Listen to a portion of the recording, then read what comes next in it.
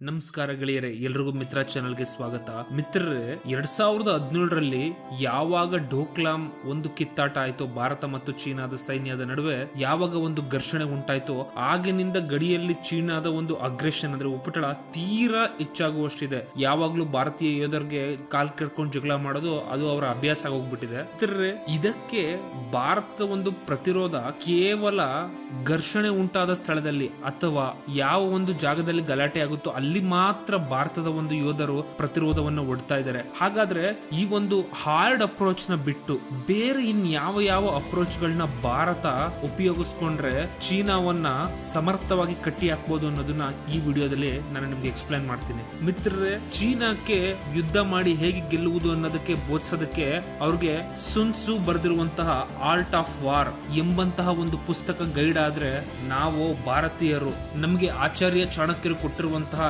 ನೀತಿ ಶಾಸ್ತ್ರನೇ ನಮಗೆ ಗೈಡ್ ಆಗ್ಬೇಕು. ಆದ್ರೆ ಭಾರತದ ಸರ್ಕಾರ ಯಾಕೋ ಚಾಣಕ್ಯರನ್ನ ನೆನಪಿಸ್ಕೊಂಡ ಹಾಗೆ ಕಾಣ್ತಾ ಇಲ್ಲ.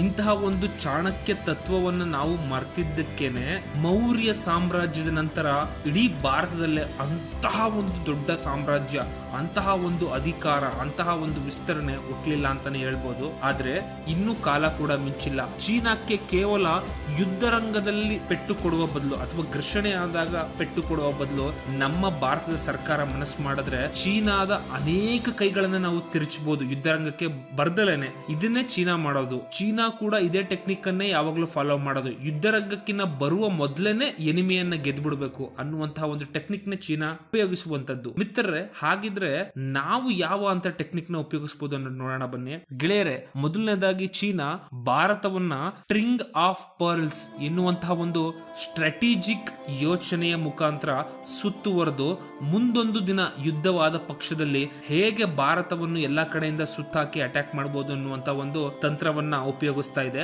ಅದಕ್ಕೆ ತಕ್ಕನಾಗಿ ಕೂಡ ಭಾರತದ್ದು ನೆಕ್ಲೆಸ್ ಆಫ್ ಡೈಮಂಡ್ ಸ್ಟ್ರಾಟಜಿ ಅಂತ ಇದೆ.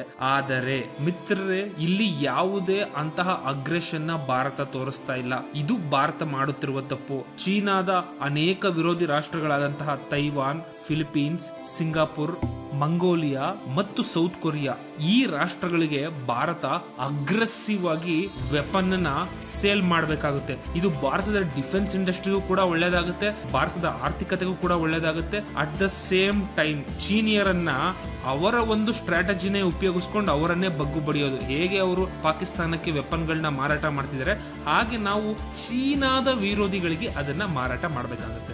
ಆಲ್ರೆಡಿ ಮಾಡ್ತಾ ಇದ್ದಾರೆ, ಇಲ್ಲ ಅಂತಿಲ್ಲ. ಆದ್ರೆ ಇದರಲ್ಲಿ ಅಗ್ರೆಷನ್ನೇ ಕಂಡು ಬರ್ತಾ ಇಲ್ಲ. ಇದನ್ನ ಅಗ್ರೆಸಿವ್ ಆಗಿ ಪ್ರಮೋಟ್ ಮಾಡ್ಬೇಕಾಗುತ್ತೆ ನಾವು. ಮಿತ್ರರೇ, ಹೀಗೆ ಶತ್ರುವಿಗೆ ನಾವು ಯುದ್ಧೋಪಕರಣಗಳನ್ನ ಮಾರಾಟ ಮಾಡೋದು ಒಂದಾದ್ರೆ, ಎರಡನೇದಾಗಿ ಆರ್ಥಿಕವಾಗಿ ನಾವೇನ್ ಮಾಡ್ಬೇಕಂದ್ರೆ, ಭಾರತ ಈಗ 3.5 ಟ್ರಿಲಿಯನ್ ಸುಮಾರು GDP ಆರ್ಥಿಕತೆಯನ್ನು ಹೊಂದಿರಬಹುದು. ಆದ್ರೆ ಇದು ಅಗ್ರೆಸಿವ್ ಆಗಿ 7 to 10 ಟ್ರಿಲಿಯನ್ ಆರ್ಥಿಕತೆಗೆ ಹೋಗ್ಬೇಕಾಗುತ್ತೆ. ಅಂತಹ ಒಂದು ಪಕ್ಷದಲ್ಲಿ ಮಾತ್ರ ನಾವು ಅಂತಹ ಬೃಹತ್ ಆರ್ಥಿಕತೆಯನ್ನ ಬೃಹತ್ ಸೈನ್ಯ ಶಕ್ತಿಯಾಗಿ ಮಾರ್ಪಡಿಸ್ಕೊಂಡು ಆಗ ಮಾತ್ರ ಚೀನಾ ನಮಗೆ ಗೌರವವನ್ನ ಕೊಡುತ್ತೆ. ಏನಕ್ಕಪ್ಪ ಅಂತ ಅಂದ್ರೆ, ಅಬ್ದುಲ್ ಕಲಾಂ ರವರು ಹೇಳ್ದಾಗೇನೆ ಶಕ್ತಿ ಮಾತ್ರ ಶಕ್ತಿಯನ್ನ ಗೌರವಿಸುತ್ತೆ. ಹಾಗಾದ ಪಕ್ಷದಲ್ಲಿ ಚೀನಾ ನಮ್ಮ ಜೊತೆ ಜಗಳ ಮಾಡ್ಕೊಳ್ಳೋದಿರಲಿ, ಅದೇ ಬಂದು ಮಿತ್ರತ್ವಕ್ಕೆ ತನ್ನ ಕೈಯನ್ನ ಚಾಚತ್ತೆ. ಮಿತ್ರರೇ, ಇನ್ನು ಮೂರನೇದಾಗಿ ಭಾರತ ಏನ್ ಮಾಡ್ಬೋದಪ್ಪ ಅಂತ ಹೇಳಿದ್ರೆ, ಅಂಡಮಾನ್ ನಿಕೋಬಾರ್ ಐಲ್ಯಾಂಡ್, ಈ ಐಲ್ಯಾಂಡ್ ಗಳನ್ನ ಸಿಟ್ಟಿಂಗ್ ಏರ್ ಕ್ರಾಫ್ಟ್ ಕ್ಯಾರಿಯರ್ ಗಳನ್ನಾಗಿ ಬದಲಾಯಿಸ್ಕೋಬೇಕಾಗುತ್ತೆ. ಇದ್ರ ಅರ್ಥ ಇಷ್ಟೇನೆ. ಅಂಡಮಾನ್ ಅಂಡ್ ನಿಕೋಬಾರ್ ಐಲ್ಯಾಂಡ್ ಗಳನ್ನ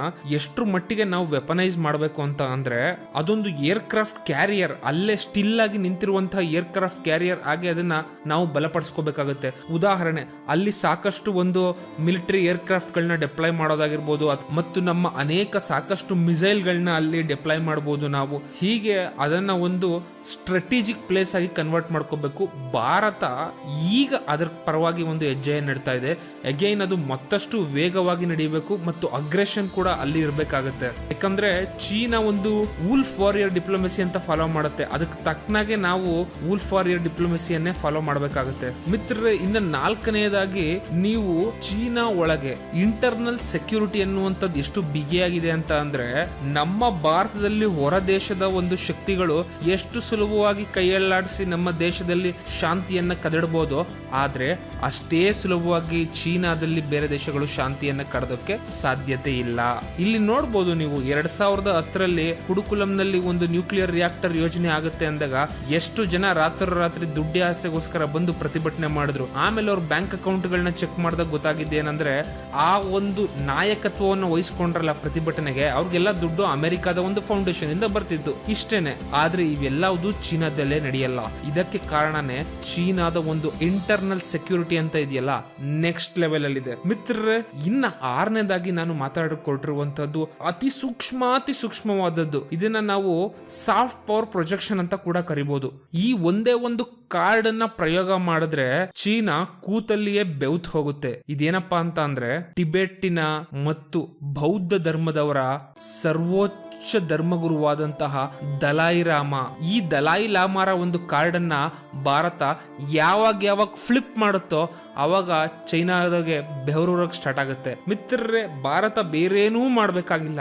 ಇವರನ್ನ ಅರುಣಾಚಲ್ ಪ್ರದೇಶಕ್ಕೆ 6 ತಿಂಗಳಿಗೊಂದ್ಸತಿ ಒಳ್ಳೆ ಟ್ರಿಪ್ ಕರ್ಕೊಂಡೋದ್ರೆ ಸಾಕು. ಆಗ ನಾವು ಒಂದು ಚೀನಾದ ಒಂದು ಭೀತಿಯನ್ನ ನಾವು ಅವರ ನ್ಯೂಸ್ ಪೇಪರ್ ಆದಂತಹ ಗ್ಲೋಬಲ್ ಟೈಮ್ಸ್ ನಲ್ಲಿ ನಾವು ನೋಡ್ಬೋದು. ಇದಕ್ಕೇನಪ್ಪಾ ಅಂತಂದ್ರೆ ಇದಕ್ಕೆ ಕಾರಣ ಇಷ್ಟೇನೆ.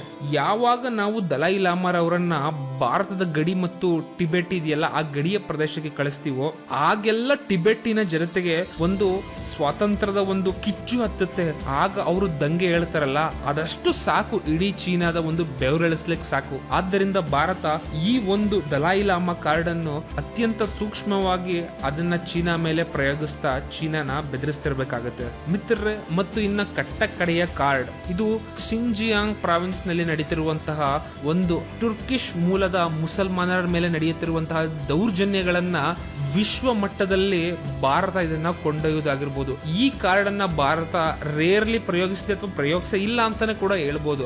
ಆದ್ರೆ ಇದನ್ನು ಕೂಡ ಈಗ ಪ್ರಯೋಗಿಸ್ಲಿಕ್ಕೆ ಸಮಯ ಬಂದಿದೆ ಅಂತಾನೆ ಹೇಳ್ಬೋದು. ಯಾಕಂದ್ರೆ ನಾವು ಸಾಕಷ್ಟು ಬಾರಿಯೂ ಒಂದು ಹಾರ್ಡ್ ಪವರ್ ಪ್ರೊಜೆಕ್ಷನ್ ಅಂದ್ರೆ ಗಡಿಯಲ್ಲಿ ಘರ್ಷಣೆ ಮಾಡ್ಕೊಂತ ಹೊಡೆದಾಡ್ ತೊಗೊಂತ ಕಳಿಯೋದಿಕ್ ಆಗೋದಿಲ್ಲ. ಆದ್ರಿಂದ ನಾವು ಸಾಫ್ಟ್ ಪವರ್ ಪ್ರೊಜೆಕ್ಷನ್ ಮುಖಾಂತರನೇ ಚೈನಾನ ಬೆದರಿಸಬೇಕಾಗತ್ತೆ. ಯಾವಾಗ್ಲೂ ಕೂಡ ಪವರ್ ಪಾಲಿಟಿಕ್ಸ್ ಏನೇ ಕೆಲ್ಸಕ್ಕೆ ಬರೋದಿಲ್ಲ. ಆದ್ರಿಂದ ಭಾರತ ಕೆಲವೊಂದು ವಿಷಯಗಳನ್ನ ಅಗ್ರೆಸಿವ್ ಆಗಿ ಪ್ರಮೋಟ್ ಮಾಡಬೇಕಾಗತ್ತೆ. ಮಿತ್ರರೇ, ಈ ವಿಡಿಯೋ ನಿಮ್ಗೆ ಇಷ್ಟ ಆಗಿದ್ರೆ ಲೈಕ್, ಶೇರ್ ಮತ್ತು ಸಬ್ಸ್ಕ್ರೈಬ್ ಮಾಡಿ.